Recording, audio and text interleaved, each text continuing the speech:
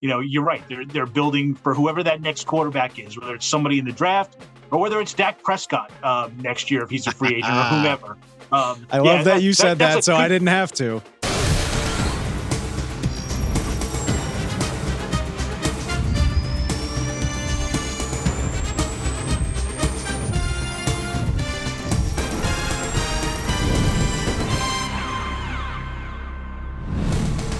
Welcome in to the NFL on Fox podcast. I am your host, Dave Helman, and we did it, friends. We made it through countless months of speculating, preparing, studying, grinding tape, days on end of draft prep, and in 3 short days, it's all over. 2024 NFL draft is in the books, 257 picks made.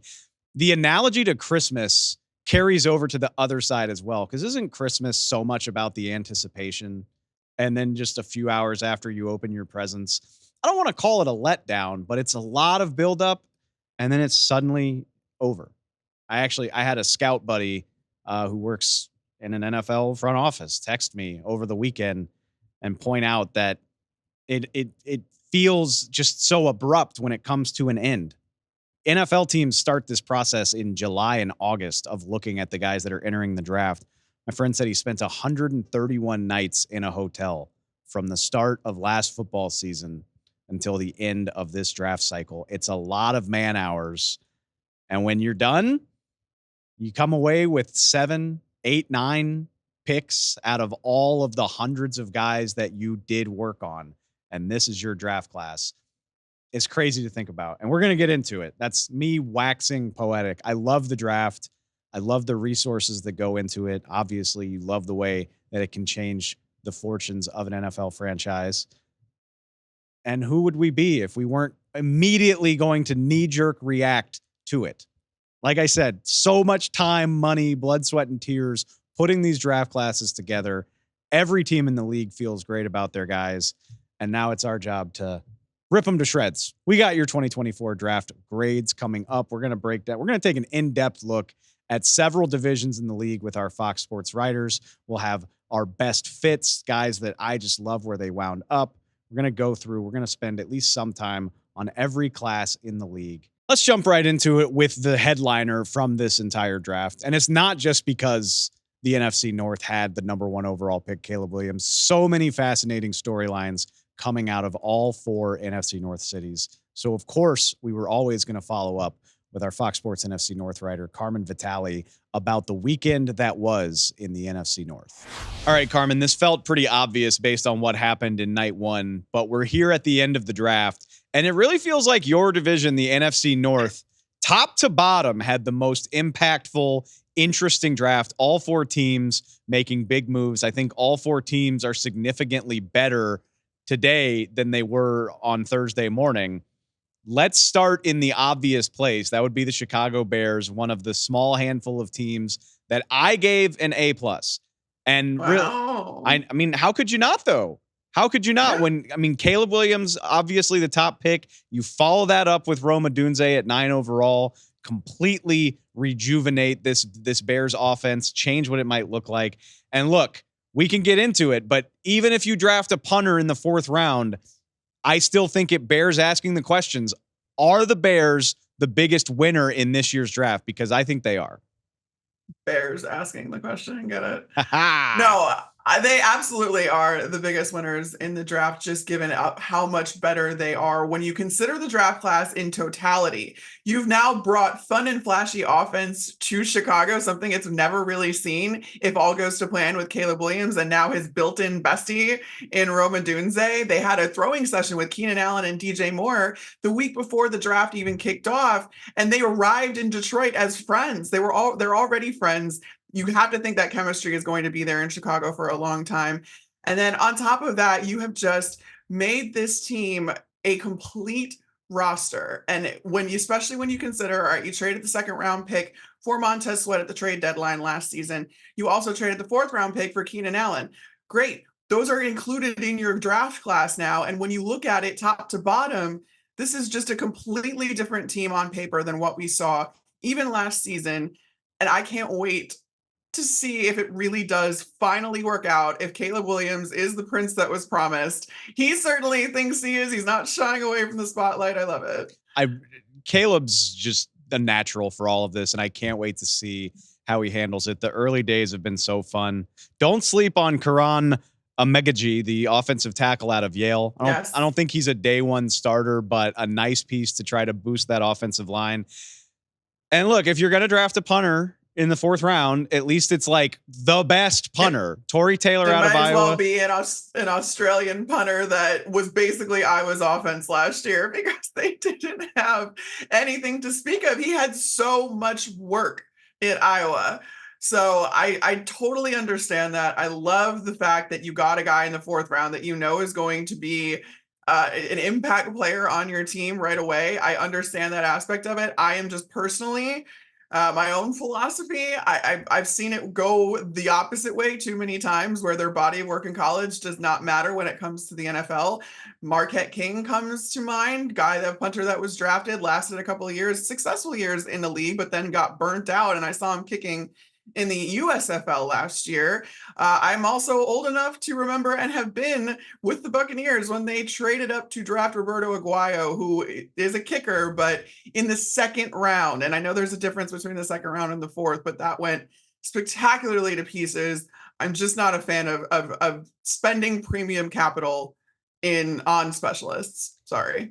Yeah, I think the Aguayo thing is weighing heavily on your conscience here. Look, I think he's a really good punter. Even if you don't like it, everything we already listed, from Caleb to Rome, Montez Sweat, Keenan Allen, technically part of this draft class, easily the biggest winners for me. Let's move to maybe the biggest gamblers in this 2024 draft, which would be the Minnesota Vikings. I mean, we joked about it on the recap show on Friday after round 1.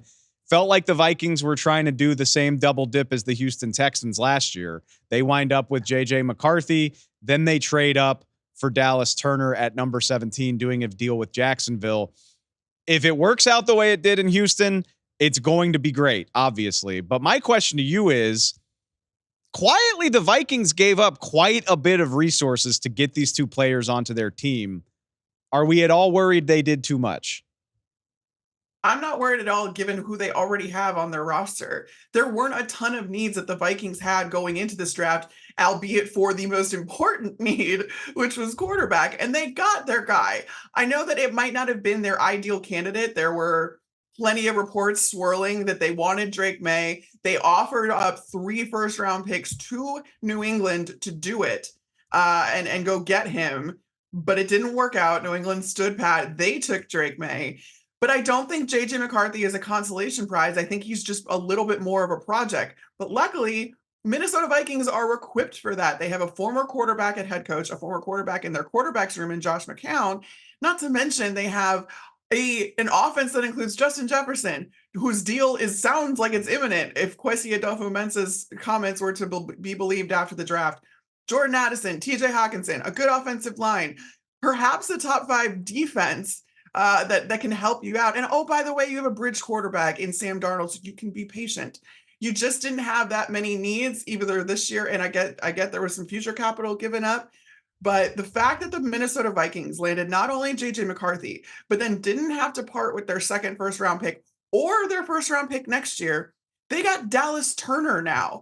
And now with Dallas Turner and Jonathan Grenard on the edges of this defensive line in a Brian Flores defense, this is more than he's ever had in his career as a coordinator or as a head coach on defense as far as pass rush ability. I can't wait to see how this ends up working out.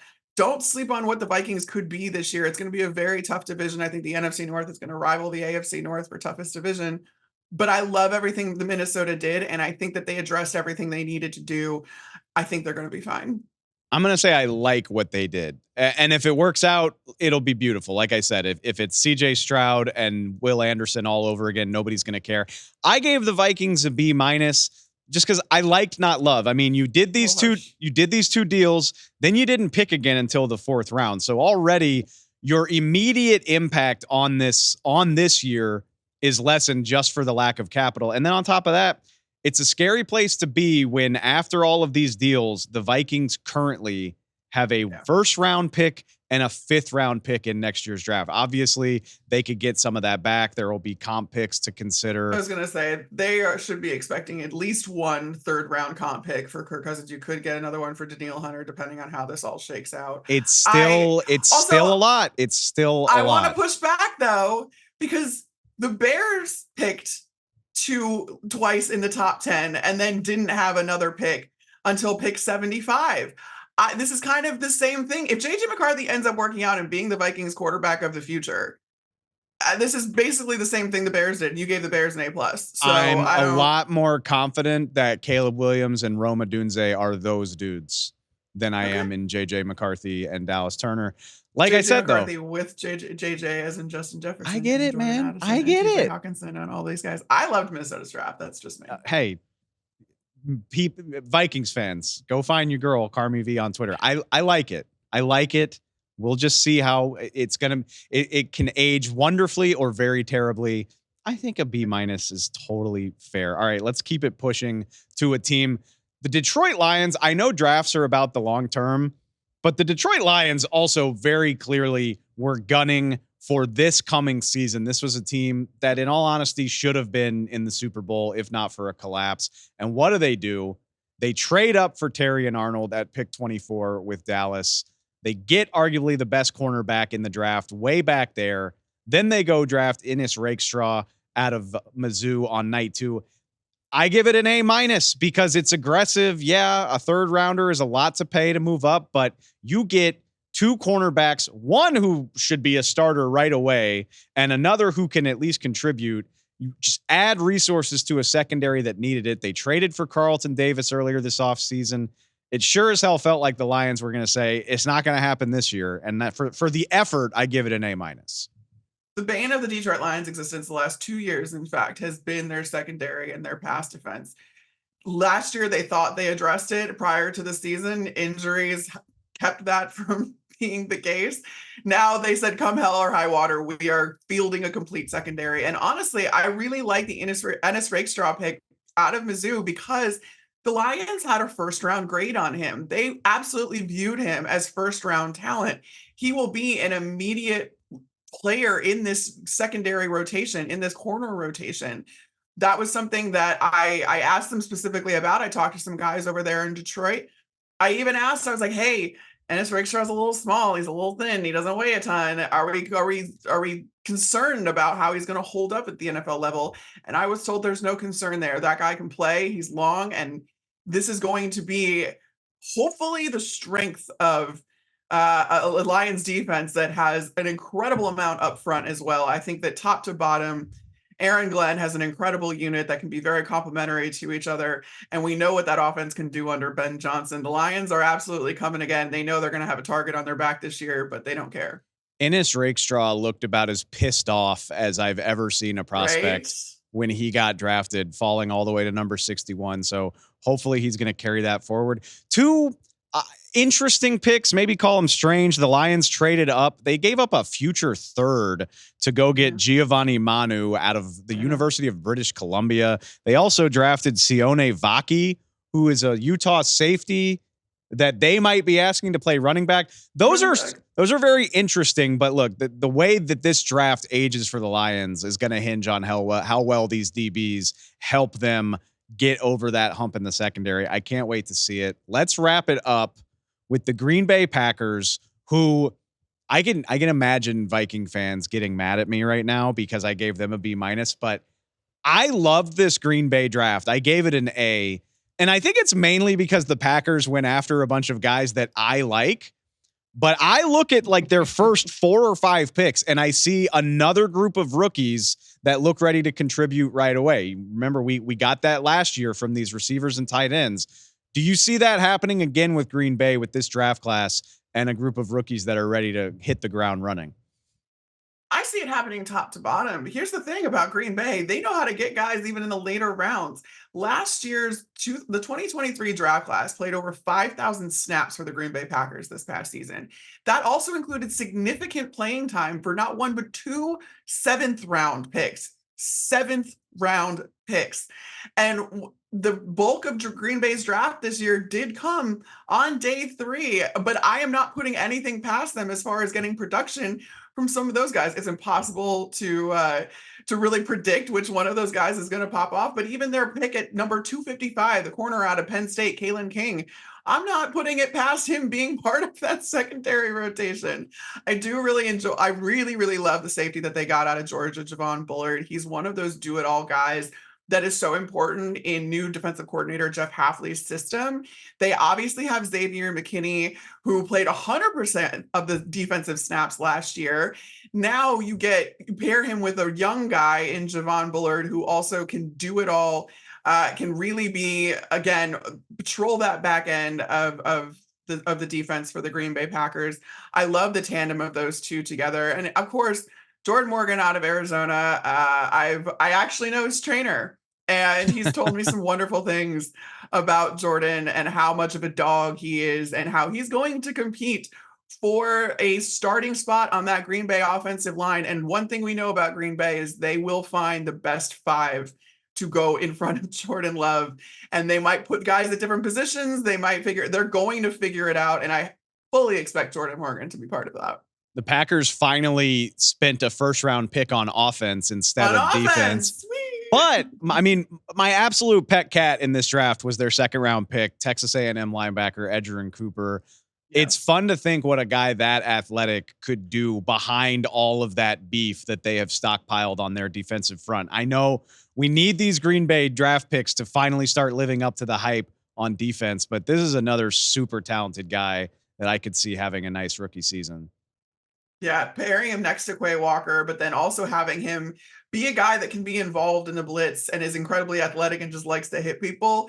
That is absolutely what you want to kind of get a little bit more creativity out of this Green Bay defense, which should come with Jeff Hafley's arrival. I mean, this is a completely different system than Green Bay has run since, I believe, 2008. They're switching schemes. So it's going to be very interesting to see how quickly this takes hold. But you absolutely saw in this draft, they got quite a few defensive picks that I think are going to round out the defense and give Jeff Hafley what he needs to be successful, so that we finally do see the 7 first-round picks on defense live up to their potential. Carm, I think you're right. The AFC North for me is going to reign supreme until proven otherwise. But this is right there. The NFC North looks so competitive. It's easy to make a case for any of these 4 teams making the playoffs, depending on how things shake out, depending on how some of these draft picks age. I cannot wait to watch it. We're definitely going to check in with you as it develops. Thank you so much for getting us through this 2024 draft. Anytime, you know that. Thanks for having me. Thanks one more time to Carmen. Before we move on with our draft grades, let's take a look at some of my favorite fits. We did it after round 1. We're going to do it again after round 3.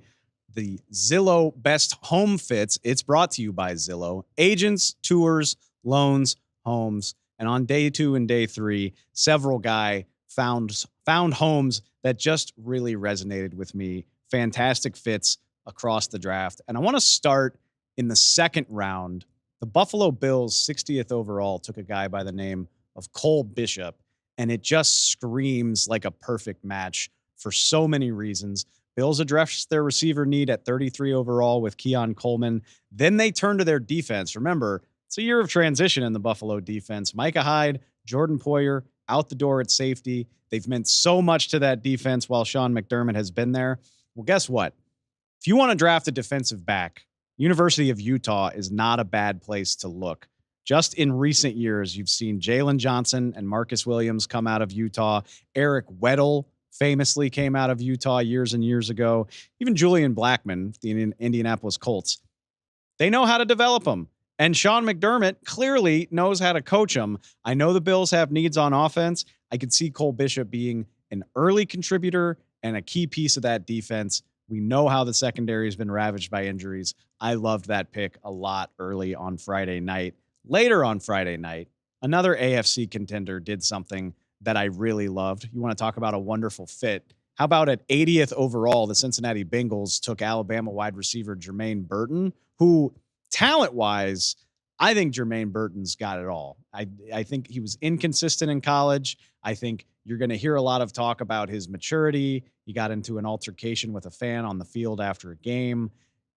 Day to day, down to down consistency, that's something to worry about. But when you go to the right place, all of that stuff can have a way of working out. And where better for a young receiver to go than an offense that has Joe Burrow throwing the ball and receivers like Jamar Chase and T. Higgins to learn from. I think it's a wonderful pick for the present. I think Jermaine Burton can help you replace Tyler Boyd. Not a true slot receiver, but he did play roughly 20% of his snaps in the slot last year. So he can do that. And then obviously a potential long-term replacement for T. Higgins. We don't know what the future holds for T, but Jermaine Burton gives you a talented guy that could develop into quite a starter. Love that pick for the Bengals. I'll keep it at receiver. Very early on Saturday, round 4, the Denver Broncos got Troy Franklin, the Oregon wide receiver. A lot of people had him going much higher. He fell all the way to pick 102. I doubt he's complaining about linking up in Denver with his college quarterback, Bo Nix. And that's the thing I love about it. I think Troy Franklin, there's going to be criticisms of his game, how physical he is, how much he can create his own separation against NFL DBs, but where better to go than with the guy that helped you become a college star? I think it's good for Franklin. I think it's good for Bo Nix. So much hinging on how Bo Nix develops. Go get him a receiver that he feels comfortable throwing to. I think that makes a lot of sense. Very offense heavy, but later on Saturday, I had to laugh when I saw this. The Miami Dolphins traded up to pick 120. They gave up a future 3rd round pick to do it. That's how much they wanted to move up into that spot. And who else would it be but a blazing fast running back? They draft Jaylen Wright out of Tennessee. If there's a home run hitter among this year's running backs, it's Wright. Doesn't that sound like Mike McDaniel? Raheem Mostert's already there. We saw what Devon Achane did for the Dolphins offense. How many track stars do you need, Mike? I start to wonder how you're going to find something to do with them all, but fortunately, that is the one mad scientist who can find touches for a guy like Jaylen Wright. That's going to be fun to watch. I would have liked to see the Dolphins do a little bit more to address their offensive line. They did draft Patrick Paul in the 2nd round, the offensive tackle out of Houston, but still some more work they could have done. But hey, it's a hell of a lot of fun to watch really fast guys score touchdowns for Mike McDaniel. So I'm on board with that fit. Lastly, you don't have a heart if you didn't like this one. Later on Saturday, another trade up, one of Howie Roseman's dozen moves during the weekend. The Philadelphia Eagles go up and they get Clemson linebacker Jeremiah Trotter Jr. to Philadelphia. And of course, the reason this is such a great fit is because it's his legacy to be there. Jeremiah Trotter Jr.'s father, Jeremiah Trotter, was a fantastic member of the Eagles in the late 90s and the 2000s, was there for most of the 2000s on those teams that helped Andy Reid get to 4 straight NFC title games. And now Jeremiah Trotter gets to go home. Not only that, like the emotional element of it is great. I please go listen to the draft day call that he had with Howie and Jeffrey Lurie. It's crazy to think in a league with as much turnover as the NFL, Howie Roseman was there for most of Jeremiah Trotter Sr.'s career. So it's not just like you're going to the Eagles, you're going to a team with executives and ownership who remember watching you grow up. It's pretty crazy. On top of that, the Eagles don't have a ton invested at linebacker. Devin White's there on a 1-year deal. There's not a huge obstacle to Jeremiah Trotter getting playing time if he pans out. So it's good from the emotional element. And if there's a place where Jeremiah Trotter can blossom into a player, maybe Philadelphia is that place. I love it. I love all 5 of those fits. Just a handful of the cool stories we saw over draft weekend. Thanks again to Zillow for helping me present those. And it's fitting we finished with the Philadelphia Eagles. Let's hop over to their division. An interesting weekend in the NFC East. And our Fox Sports NFC East reporter, Ralph Vacchiano, was gracious enough to hop on and help me make sense of it all. All right, Ralph, it was a busy and a diverse weekend for the NFC East. A lot of differing strategies happening at the same time. Let's get it out of the way with the team that, at least in the immediate aftermath of the draft, is the hardest to figure out. That would be the Dallas Cowboys, in my opinion. Here's the thing, Ralph. I liked what they did. I gave the Cowboys a B.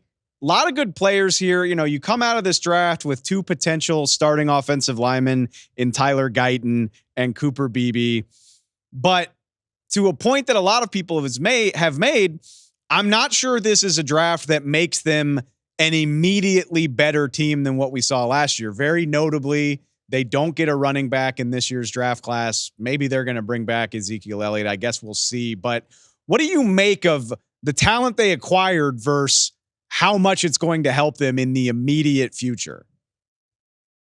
Well, I mean, that's the question, right? We're running this whole offseason evaluation of the Cowboys under the umbrella of them being all in, and whatever Jerry Jones seemingly meant when he said that. Oddly, when he talked about being all in, one of the specific examples he gave was, the draft and how he wouldn't draft players that were for the future. He wanted guys who can help him right now. And okay, you're right. I think talent overall, for the most part, they got good value with most of the guys they picked. It was a good draft. They got a left tackle. Could they have done a little bit better if they stayed where they were instead of trading down? Maybe, but Tyler Guyton could be a good left tackle for them. Cooper Beebe could be a good center for them. But then you look at everything else, and Marshawn Lattimore, the edge rusher they took in the second round. I had a scout text me and he said the Cowboys are going to love him in 2025. He's a guy that might need a year before he can really help them. And that doesn't make it a bad pick. It just doesn't help them right now.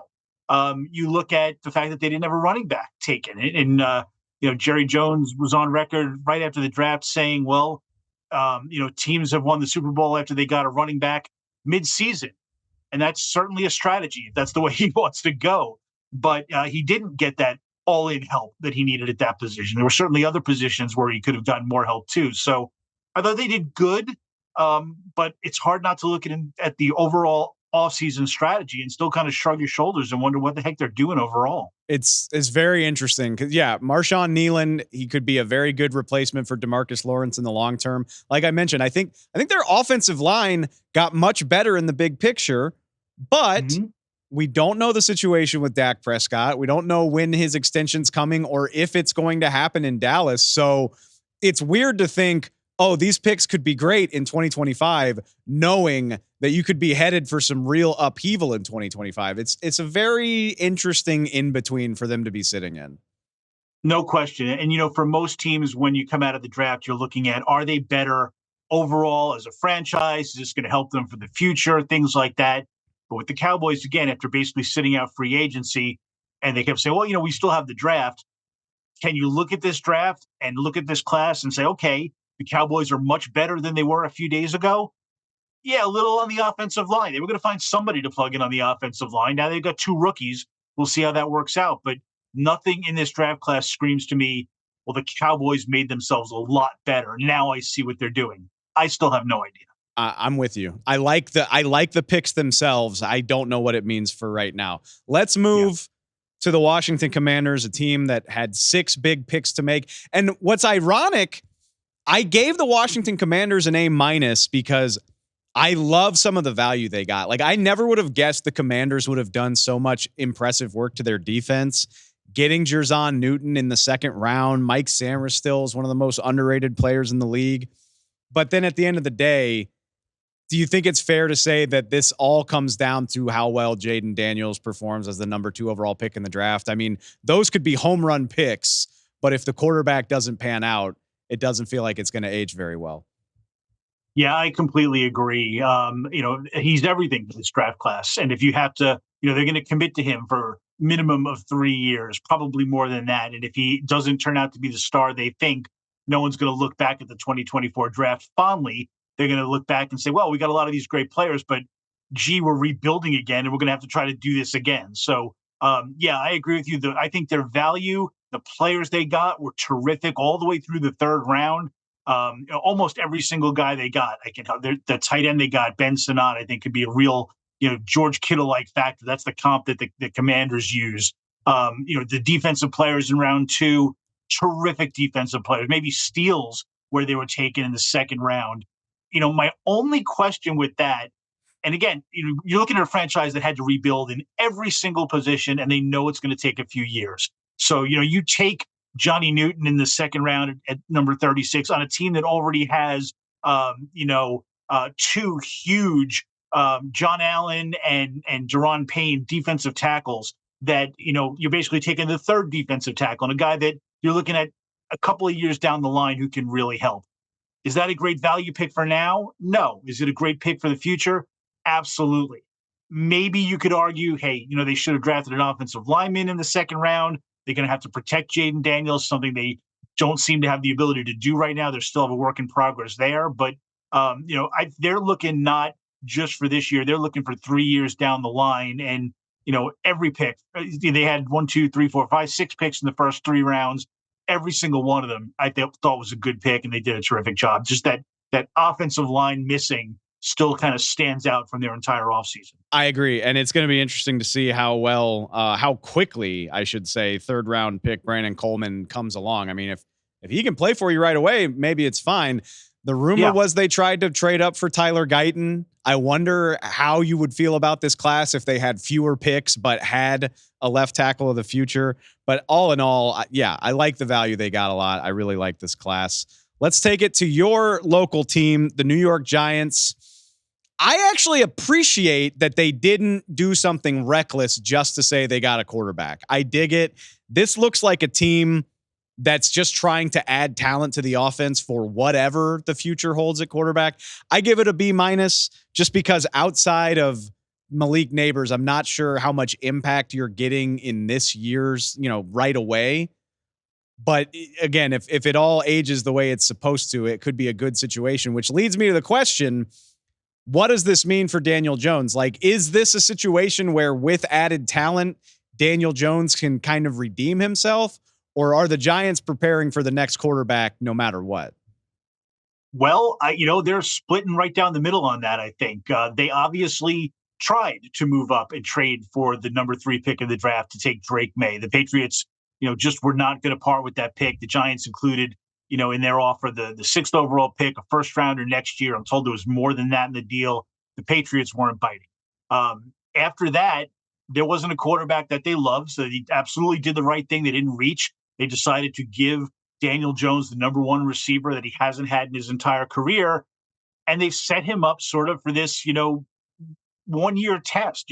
They got him Malik Neighbors, that number 1 receiver. They got him a tight end in Theo Johnson in the 4th round, who's a terrific receiving tight end, just in case Darren Waller, their veteran tight end, retires.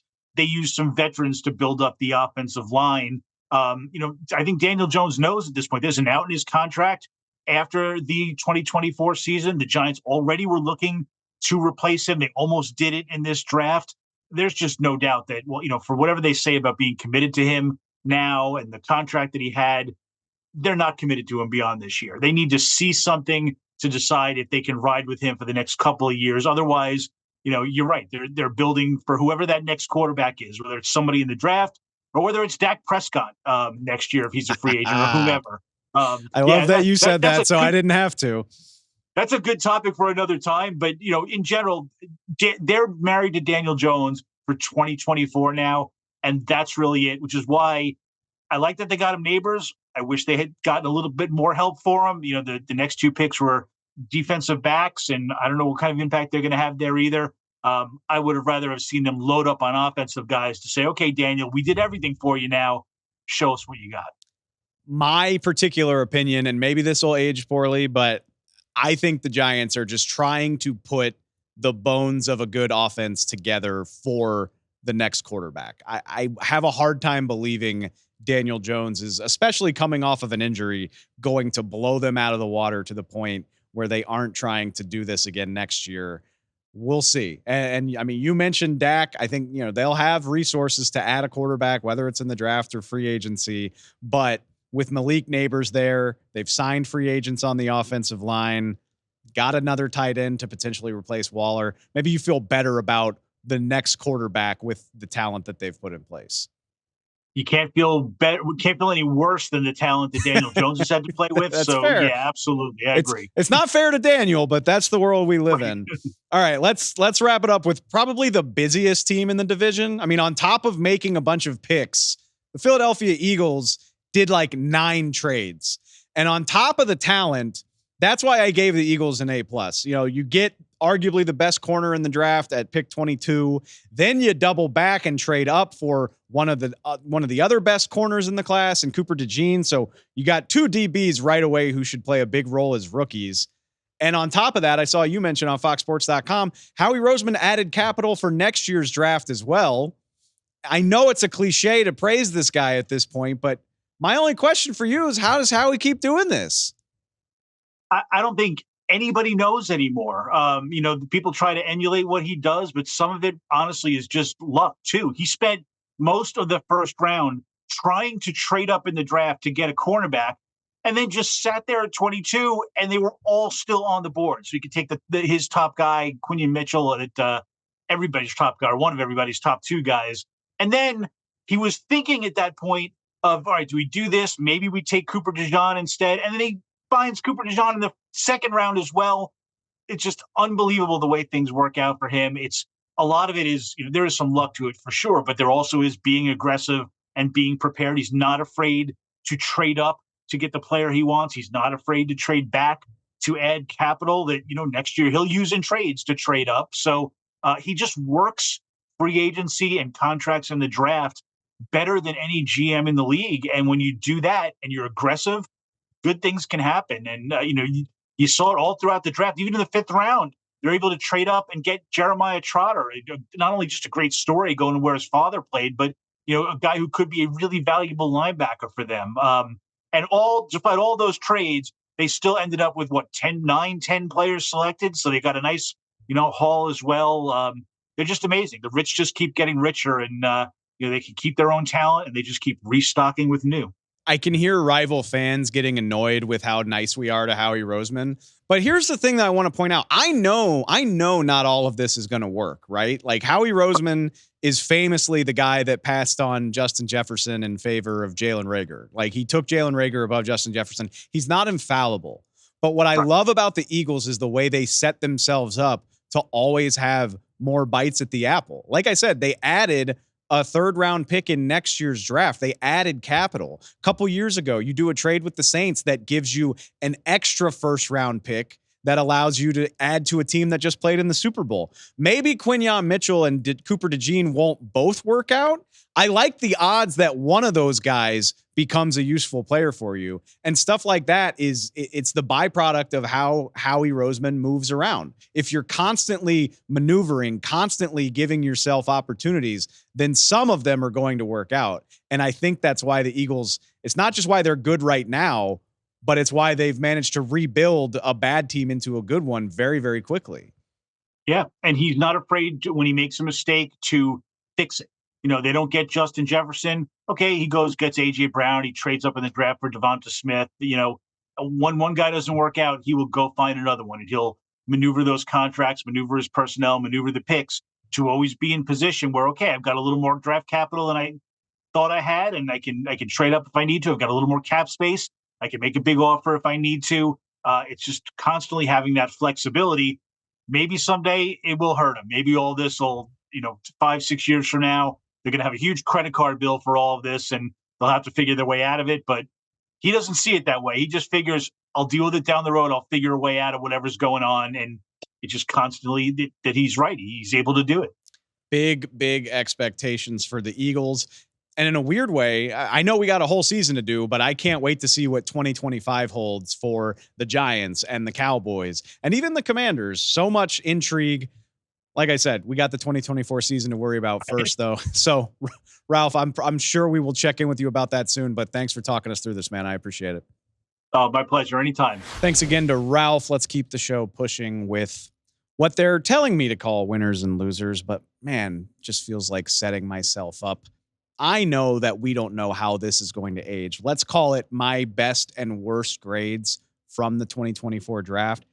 I don't like to call anybody a winner or a loser before their draft picks have even played a snap, but you get the point. We're in the instant gratification business, and that's what we're gonna do.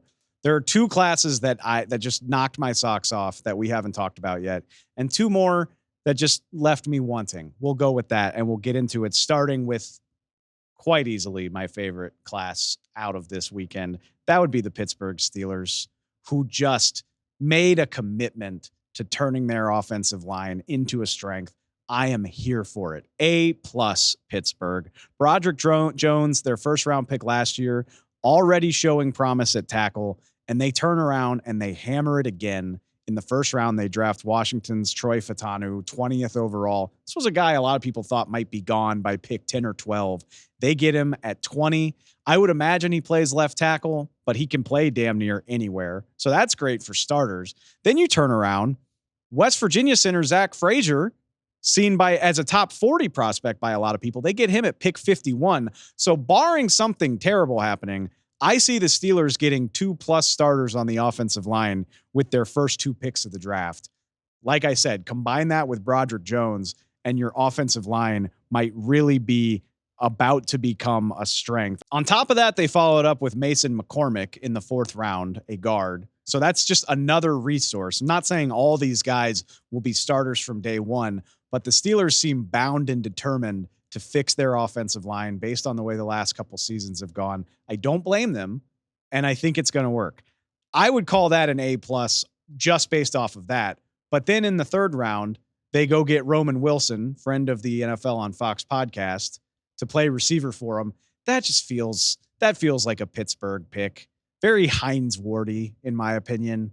Roman Wilson can play everywhere. I would imagine he's going to be a slot guy, but he can play everywhere. He's gritty, does the dirty work. Promise you he's going to lay a block or 2 over the course of his rookie year. Love that pick for them. It complements George Pickens really well. Steelers have made life much easier on whoever their quarterback is, whether it's Russell Wilson or Justin Fields. And then just one more to throw in, Peyton Wilson. So many Wilsons on this team. The linebacker out of North Carolina State. Dude flies everywhere and hits everything. The issue is he just doesn't have an ACL in one of his knees. But if he's healthy, he's going to be a fan favorite in Pittsburgh, a blue-collar guy that hits like a truck. Love this draft for the Pittsburgh Steelers. Can't wait to see what this offensive line looks like. Let's keep it rolling. The Arizona Cardinals, it makes sense that they had a great draft. I gave them an A-. I guess the one thing that, if you want to say it makes it less impressive, it's just that they picked 8 times in the top 104. I would hope you pick a lot of great players with that many picks. But I love the way general manager Monty Ossenfort said, hey, we already have all these picks. We don't need to trade down and get more. Let's draft Marvin Harrison Jr. Makes a ton of sense. He helps them immediately. He makes the Cardinals offense that much more viable already. And if that wasn't enough, they add Florida State running back Trey Benson at 66 overall. So you got 2 ready-made star potential players on your offense. And I'll throw one more in there. They picked 8 guys, like I said, but the last one is really fun for me at pick 104, Texas Tech safety Dadrion Taylor Demerson. Not saying he's going to start right away, but he's just a fun, versatile, ball-hawking safety. I think it's very fun that he wound up in Phoenix where Budda Baker can tutor him. I love that pick a lot. I love all their picks, and I think if even half of them hit, the Cardinals will have gone a long way to making themselves viable in the NFC West. That's the good news. Let's get to the grades I didn't love so much. And not surprisingly, these were teams that just didn't have a lot of big time picks. Let's start with the Houston Texans. Hard to win when you don't have a first round pick, guys. Based on that alone, it's a C+ just in terms of the haul. Houston fans aren't going to be complaining. They got Will Anderson and CJ Stroud just a year ago. They spent a ton of money in free agency. And I would guess they're going to point out they got Stephon Diggs as part of this year's haul as well. So all is well in Houston. Don't get me wrong, but this draft class in particular, no first round pick. And I'm intrigued by the guy they got at number 42 overall, not necessarily in a good way.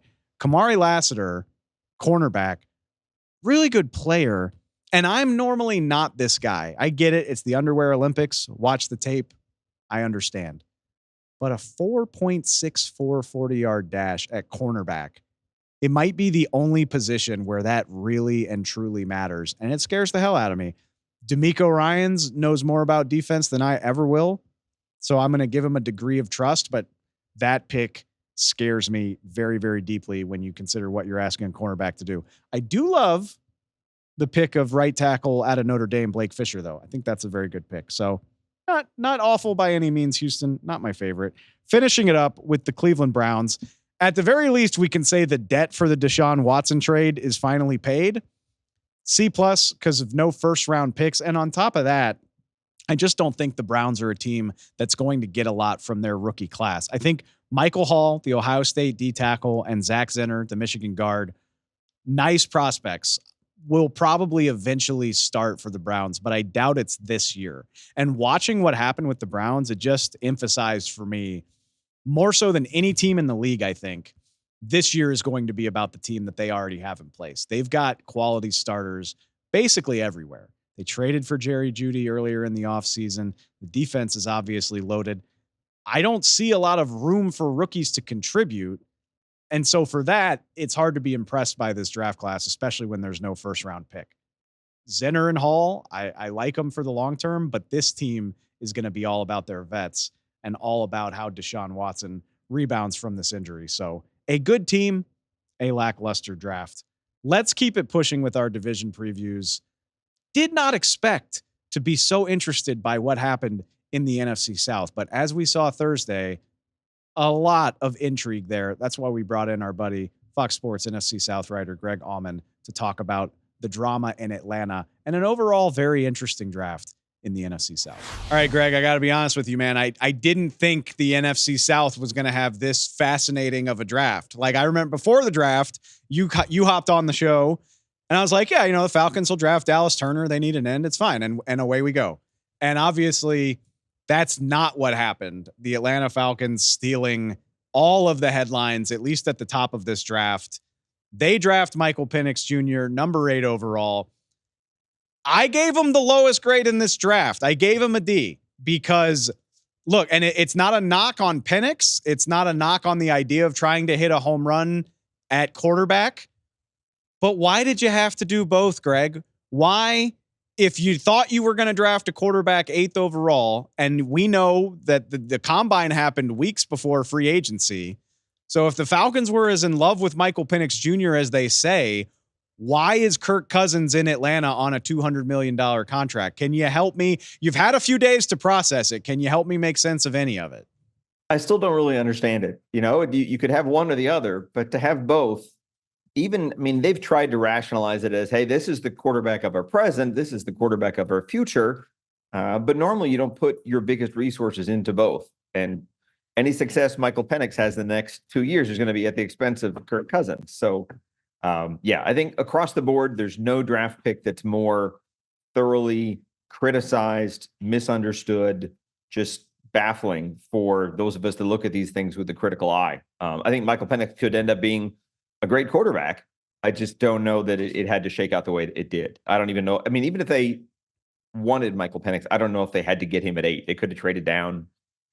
We saw that 6 quarterbacks went in the top 12. Don't get me wrong, but I don't know that very many people in our business had Penix ahead of JJ McCarthy. So, it's one of those where, for Atlanta, if you look across the board, I'm looking at aggregate grades on 20 different sites that gave grades to NFL teams, and the Falcons are the worst of the lot. Across the board, very few people support it, and very few people get it. The crazy thing to me is, and look, if Michael Penix Jr. becomes an all-pro, then the Falcons can laugh forever and they can make all the social media posts making fun of all of us. But the crazy thing is, even if he works out, I still will think this was silly, because if he does work out, then you wasted all of that money and that contract. That was money you could have spent helping Michael Penix. Like, people bring up the Chiefs with Patrick Mahomes. The Chiefs identified Mahomes, and after 1 year, they were able to trade Alex Smith and get out of that contract. This isn't a contract you can move for 2, if not 3 years. Like, you're, for lack of a better word, stuck with both of these guys for probably half of Michael Penix's rookie deal. Even if it works out in the big picture, this is always going to seem strange to me in the here and now. Yeah, and the hardest thing for me is that Michael Penix is the same exciting, promising quarterback that he was March 1 before you gave $100 million to a different quarterback. So for this to happen, if there had been like a regime change, you'd say, oh, okay, new coach, new GM, they probably don't like Cousins as much as the guy that wrote that big check. No, it's the same people. So this is one of those where, I look at the franchise and I think they obviously recognized they didn't do a good job of planning for life after Matt Ryan, and are just now getting to the point where they have a suitable replacement for someone that they had a great run with in Atlanta. This is the opposite. This is now, we want to have a replacement in place for Kirk Cousins before he's even taken a snap. And he's going to feel the weight of a much younger, probably more exciting quarterback in his rearview mirror for every snap he takes in Atlanta. And instead of that being one of the feel-good stories, I think, a couple days ago, we were all talking about Atlanta as winning the offseason and one of the most improved teams in the NFL, team to beat in the NFC South by the odds makers. And now it's like, boy, they're going to have some real fun figuring out the chemistry of these two quarterbacks coexisting and how they handle things if one gets hurt or if one gets struggles and doesn't win right away. It's a challenge, especially for a guy that's basically a first-year head coach. Raheem's done this before, but it's been a while since he's been in a position to make these kind of chemistry management decisions. The Falcons didn't draft Dallas Turner, but they did address their defense. I think their next 4 picks were all on the defensive side of the ball. They trade up for Clemson defensive tackle Ruka Rororo. No disrespect to any of those guys. Maybe they can immediately contribute to this Falcons team, but Penix is going to be the headline with the Falcons for the foreseeable future, if I had to guess. The Falcons were not the only team in the division to draft a quarterback, though. I actually really enjoyed the New Orleans Saints draft. I gave them an A in this draft. Spencer Rattler at pick 150. It's a lottery ticket. It's great value for a guy that a lot of people saw as a day 2 pick. He falls all the way down to the 5th round, and the Saints snatch him as somebody that could maybe develop.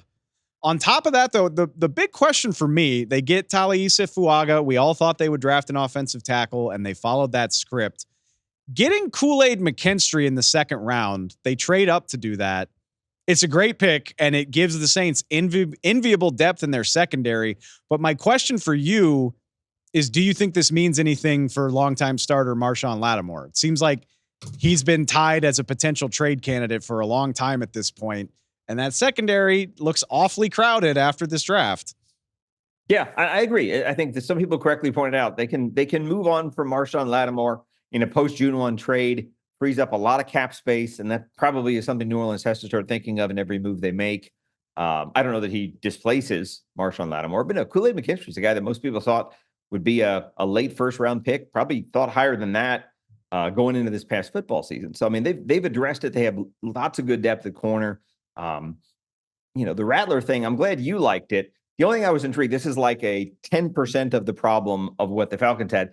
They used a 24 draft pick last year, a 4th rounder, to take Jake Haener, who's already on the roster as kind of the potential next quarterback. So I think it's one of those where, you take as many shots as you can. We're talking about 4th and 5th rounders here, so they're not real high costs, but this is a Saints team that, had a winning record and should be competing. And you'd think you'd want to put as many picks as possible into helping them this year. But instead, now they have 2 different quarterbacks, potentially one of whom they'd cut in August or September, but 2 different guys who could be the eventual successor to Derek Carr. He's not feeling quite the same pressure that Kirk Cousins is feeling. Yeah, I would imagine Carr can live with a 5th-round pick. I stole this from the great Dane Brugler, the draft guru over at The Athletic, but it is a lottery pick, man, especially on day 3 when you don't have high expectations anyway. You could draft a quarterback every year, and I wouldn't criticize you. The Green Bay Packers as well. They took Tulane's Michael Pratt this year in the 7th after taking Sean Clifford a year before that. It's never a bad thing to have a guy in the pipeline at the most important position in the sport. So 2 immediate contributors, 2 likely starters for the Saints, and then a lottery ticket. I like their draft. We'll see what comes from Spencer Rattler. All right, let's kick it over to your local team down in Tampa, who I loved the Buccaneers draft as well. I gave the Tampa Bay Buccaneers an A. I think it's because I love Graham Barton. The 1st-round pick looks like an immediate plus starter, probably at center. But you also look at this, Jalen McMillan, the Washington receiver. I think there's good value there. Getting Bucky Irving as a running partner for Rachaad White. I think Tampa Bay is one of those teams that after re-signing a lot of vets in free agency, I think they added quite a few contributors. This is a team that looks like they got better for the short term immediately. Yeah, I thought so. Yeah, I thought the draft lined up really well for them, where they got their needs to match up the obvious talent that was there. They didn't trade. It's the first time in 11 drafts for Jason Light. He hasn't traded during the draft. I thought they kind of stuck to their guns and got some really good players. The Bucs can kind of be all over the place sometimes, going small school, going obscure schools. And for the most part, they kind of played the hits. You got Georgia, you got Alabama, you got Washington in there, to Washington. I mean, they got, it's one of those things where Graham Barton, I didn't think he'd be there at first for them at 26. So for him to be there, we kind of all thought center would be that primary need for them. Edge might have been next on the list. And Chris Braswell from Alabama is a guy that's an athletic freak, has played behind two of the best in college football, and Will Anderson and Dallas Turner. They kind of took advantage of some places that have amazing depth at one position and took the guys that have been obscured and hidden behind elite talent. Jalen McMillan's the same way. To be the third Washington Huskies receiver off the board and still be a third-round pick, they really like what he can do as a high-volume playmaker. Obviously not Rome Odunze, but right there with Jalen Polk is another playmaker that obviously was a big part of Michael Penix's success in Washington this past season. My only question about the Bucs, they got Chris Braswell, the Alabama edge rusher, in the second round. That seems like a natural replacement for Shaq Barrett. Yaya Diaby had a nice season last year, but for as much as Todd Bowles likes to get pressure and create pressure, do you feel like there's enough there, even with a second round pick in the mix? I think so. It's one of those, they really liked their depth last year. So there's guys that you barely have heard of. They signed Randy Gregory, who's not a huge high dollar guy, will probably be their second or third rusher. Joe Tryon-Shienka is a guy who was a first round pick. He's probably a rotational player for them. So there's not a single guy you'd point to besides Diaby that's probably in line for a 10-sack season. But I do think they're going to have ways, just 5, if not 6 guys they can rotate in and use in creative ways at outside linebacker and get the same plays just from a lot of different places. Marquise Watts is a guy that was an undrafted rookie last year. They really liked him. He's probably their 5th outside linebacker. So, I mean, they like their depth. And I think the best way to show that is not going crazy and just taking a second round pick and just taking a mid-range free agent like they did with Randy Gregory. Let's wrap it up with the team that wound up with a first round pick, not the number 1 overall that they originally had, but the Carolina Panthers trade up into the first round to get Xavier Legette, the local guy out of South Carolina. I think the Panthers, you could say they accomplished their goals of adding talent to play with Bryce Young, but I just didn't really love the way they went about it. I gave them a D in this draft. I don't see why they needed to trade up for Legette. He's an explosive player, but he's not the most well-rounded receiver in terms of a route runner, in terms of a guy that can create separation. Like, it feels like it's pure athleticism. And then to trade up for a running back, Jonathan Brooks is arguably the best one, but to trade up for a running back when you already had Miles Sanders on a veteran contract, I don't know. It felt like there were better ways that they could, or more efficient ways that they could have used their draft capital. But I guess I can't argue with the fact that Bryce Young does have a much better supporting cast than he used to. Professor Dave is like pass fail. It's like A's and D's. I always get not upset. A lot of not a lot of C's here. I'm either pretty damn high on it or not high at all. Well, so often these draft grades, it's like the huge spectrum between a B- and a C+. That's how we really get edgy in this business. But I like that you're dropping A's and D's. This is awesome. I thought Carolina, I like that they were aggressive. I like that they moved up even one spot for Legette, moved up for Brooks. I expect more out of the draft of a team that had the worst record in the NFL. And that's not just missing the number 1 overall pick. I just thought they'd get more impact. Those top 2, I like. I thought they needed help at running back. Miles Sanders had a really bad year last year. Chuba Hubbard was probably the starter in waiting, if you will, there. So to bring in him, even coming off an ACL, I think they did well there. I didn't see a whole lot from the rest of the draft. Trevin Wallace in the 3rd round. Jatavian Sanders is probably one of the better guys in a really weak tight end class. So, I mean, I thought they made themselves better. I had thought they'd do a little bit more in terms of getting an edge rusher. So no, I wouldn't give them a D, but I expected more out of it. I thought they did well with those first 2 picks. I didn't get a whole lot more out of that draft. Maybe there's somebody in that group that's going to be amazing and surprise me, and we'll be talking about them in October. But right now, there's basically 2 names that make a big splash, and maybe Sanders is a 35 catch tight end for you as a rookie, that kind of thing. I will say a big part of my grades is whether or not you had a first round pick. Like if you, I mean, and I know the Panthers did wind up picking in the first round, but that's not what I mean. When you lose the opportunity to draft number 1 overall after having such an abysmal season, I think it affects your draft grade. So that's definitely part of it. But yeah, I mean, to your point, I didn't see the bang for the buck. And if you're gonna go up for a guy, I would prefer it not be a running back, particularly in a running back draft that everybody agreed was pretty weak. So, maybe Jonathan Brooks is a 1,200-yard guy and I'm just a jerk, but I didn't see a team that needed so much getting that much impact. I guess that's my main takeaway. I think if you're trying to take the load off Bryce Young and make him not feel the burden of carrying an entire franchise on his back, giving him the best running back or the first running back taken in this draft, I think answers that. I think that helps that. Obviously, they've helped the offensive line with two big guards. They've now added, you add Deontay Johnson, you add Xavier Legette. That's two solid receivers they've added. Sanders is probably a better tight end than they have on that team right now. So they've helped him. I think this is a team, unlike last year, where you can get a fair judge of who Bryce Young is as a young NFL quarterback with adequate talent around him. If he struggles again this year, it won't as much be a function of a terrible situation around him.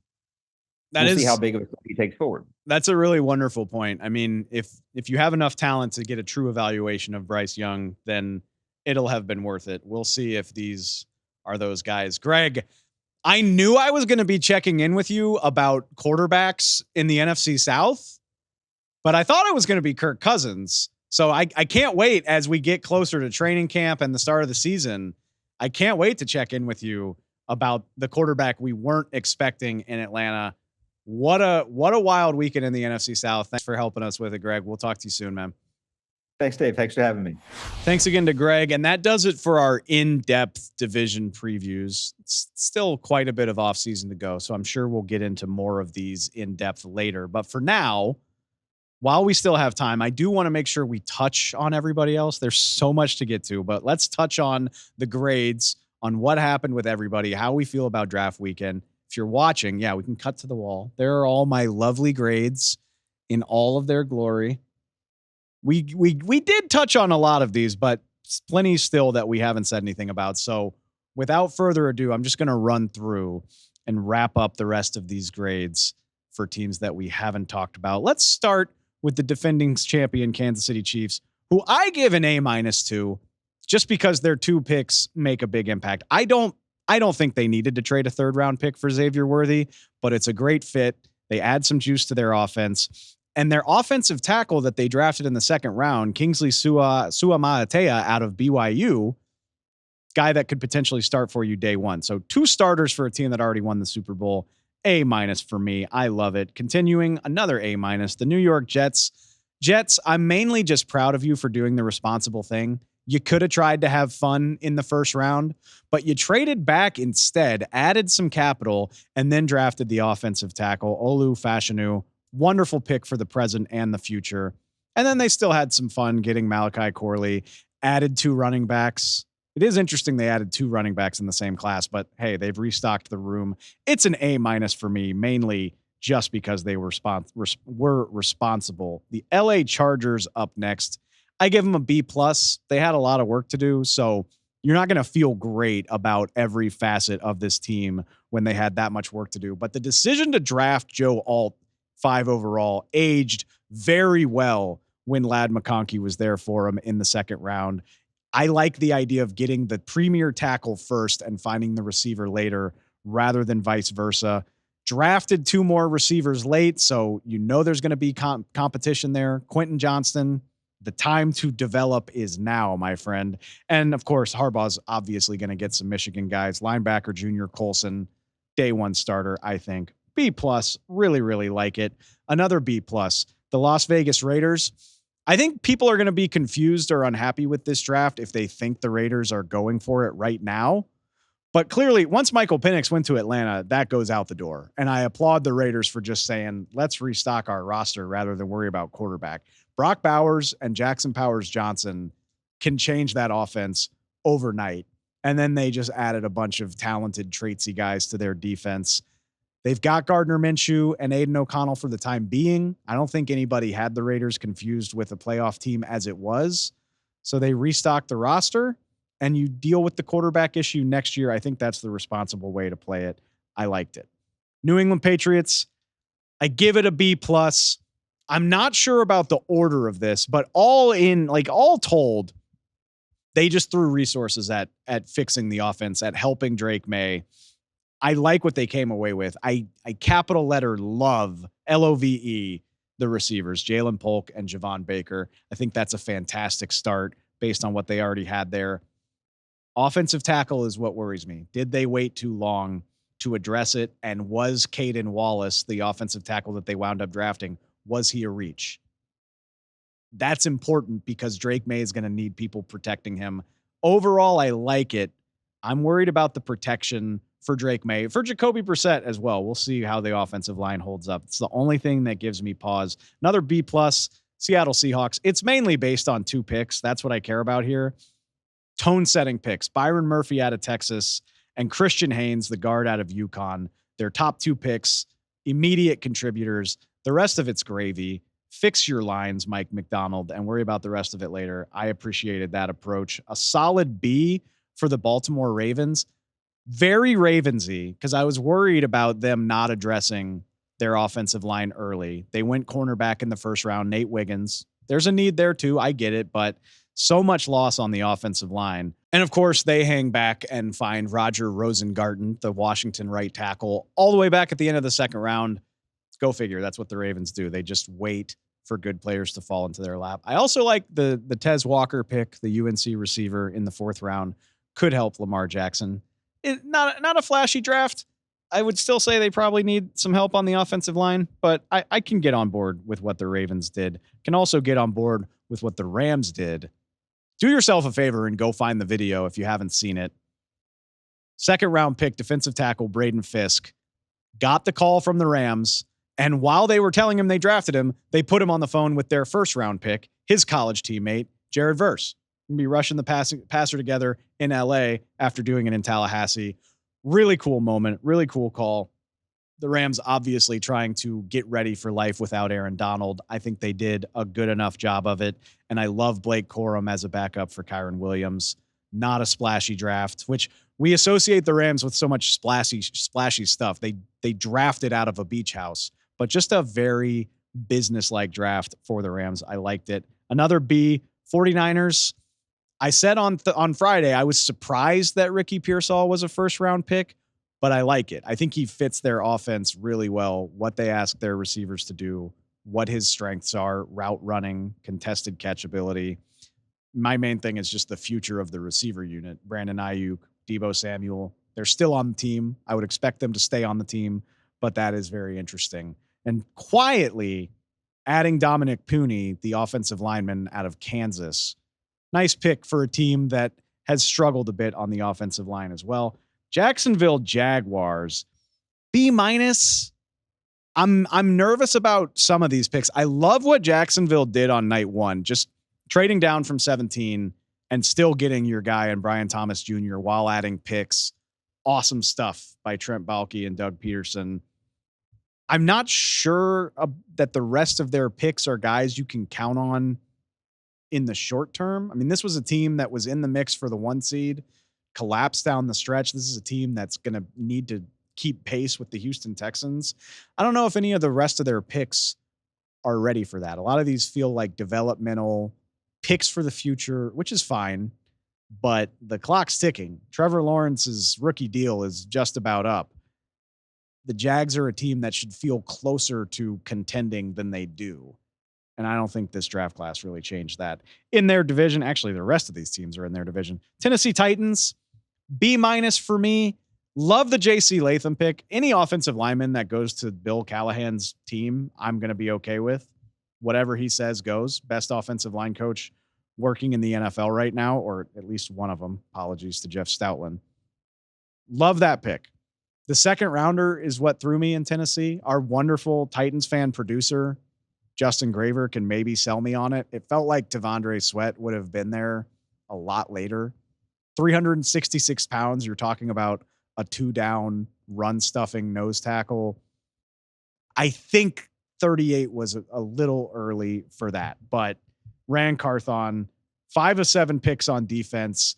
added multiple very, very large guys. I think he's trying to get big and physical in the trenches. So I have a feeling the Titans accomplished their goal, but that one pick felt a little strange to me. Wrapping it up, a B- for the Indianapolis Colts. It's funny. I feel crazy. I've seen a lot of people saying this is one of the best draft classes, and maybe it will be. For me, the Colts are the most boom bust class in this draft. Love Leatu Latu as a player. First defender taken. A lot of people saw him as the best edge rusher in this class. I personally am terrified of drafting a guy with well-noted neck issues in the top 20.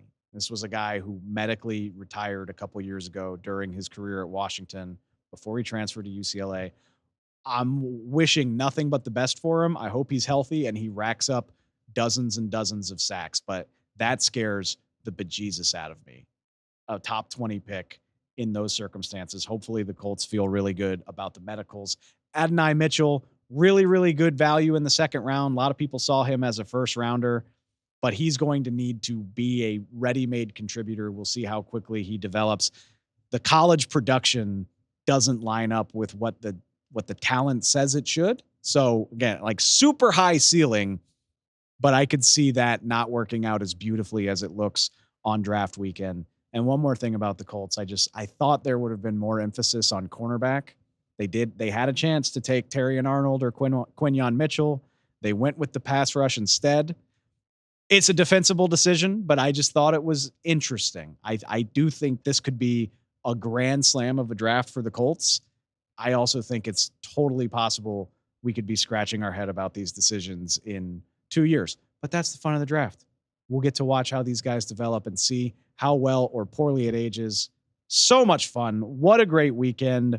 What a great time prepping for it. I hope y'all got something out of it following along on the NFL on Fox podcast. We will have plenty more to say about the draft, about these teams' classes. We got the schedule release coming up soon. OTAs, rookie minicamp is obviously going to follow this. I say it all the time, but there really is no offseason in the NFL. So we will be back with plenty more content. Make sure you're subscribed. Spotify, Apple Podcasts. Go find the YouTube channel at NFL on Fox. Social channels at NFL on Fox Pod. I prefer Twitter. It's a problem, to be honest with you, but you can find us on Instagram, TikTok as well, at NFL on Fox Pod. Wherever you get your podcasts, wherever you get your NFL news, you can find us there. I will talk to y'all real soon. Hope you enjoyed the draft. Hope your team's picks all go on to be all pros. We'll see how it goes. Did I already say I'll talk to you soon? I think I did, but I will. I appreciate it. Talk to y'all next time.